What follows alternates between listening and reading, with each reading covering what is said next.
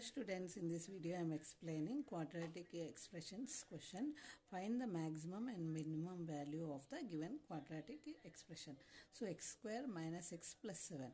So here coefficient of x square is a, so which is greater than 0.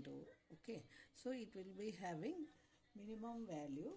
So minimum value, so first we will write what is a, b, c. A equal to 1, b equal to minus 1, c equal to 7. So comparing with the standard form.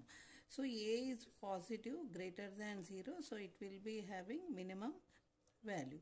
So minimum value equal to, formula is 4ac minus b square by 4a. So we will simplify and calculate this. 4 into 1 into 7 minus 1 square by 4 into 1, which is 4. So 28 minus 1 by 4, which is 27 by 4. If a is less than 0 means it will be having maximum value. So maximum value also same manner you can calculate. Okay, next this question. If alpha beta are the roots of this given expression, find alpha cube plus beta cube. So ax square plus bx plus c equal to 0 is the quadratic equation. A not equal to 0, a, b, c are real numbers. So here alpha plus beta, sum of the roots is minus b by a, and the product of the roots alpha beta equal to c by a. So we have the formula alpha cube plus beta cube is, okay, so a cube plus b cube is alpha plus beta into alpha plus beta whole square, okay, minus 3 alpha beta.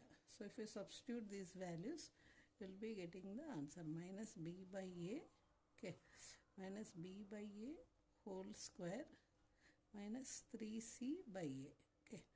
So minus b by a bracket, this will become b square by a square minus 3c by a. So if you take LCM means multiplying with a, so here it will become a square, b square minus 3ca, okay, this minus b by a will be there.